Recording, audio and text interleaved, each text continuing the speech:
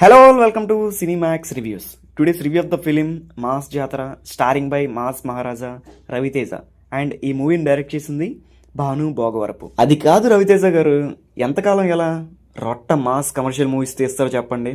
మీకున్న యాక్టింగ్ పొటెన్షియల్కి ఒక మంచి రోల్ పడితే చూడాలి అని ఉంది, కానీ ఇలా అనుకున్న ప్రతిసారి డిసప్పాయింట్ చేస్తూనే ఉన్నారు. ఇక డైరెక్టర్ గారు సినిమా ఓపెనింగ్ బాగానే చేశారు కదా, హీరో ఎంట్రీ ఒక మంచి ఇన్వెస్టిగేషన్ పార్ట్లో వెళ్తుంది అని ఎక్స్పెక్ట్ చేసేలా ఉంటుంది. ఇక అక్కడి నుంచి మొదలవుతుందండి అతి భయంకరంగా కనబడే విలన్.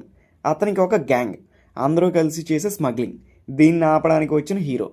కాకపోతే ఇక్కడ రైల్వే పోలీస్ అనే కొత్త ఆప్షన్ పెట్టారు. అండ్ అలా క్లైమాక్స్లో ఒక రీజనల్ సాంగ్.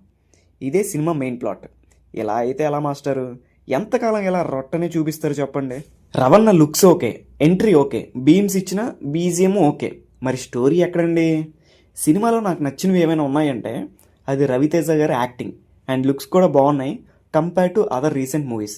అండ్ బీమ్స్ ఇచ్చిన బీజిఎం అండ్ 1 or 2 సాంగ్స్ కూడా బాగున్నాయి.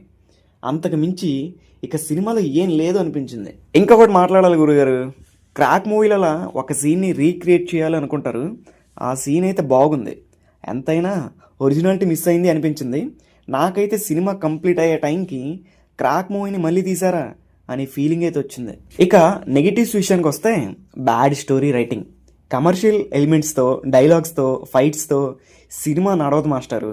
అట్లీస్ట్ ఆడియన్స్ని సాటిస్ఫై చేసేలా స్టోరీ కూడా ఉండాలి కదా. మోస్ట్ ఆఫ్ ద రవితేజ గారి మూవీస్లో స్టోరీ ఒక్కటే మిస్ అవుతుంది రీసెంట్ డేస్లో.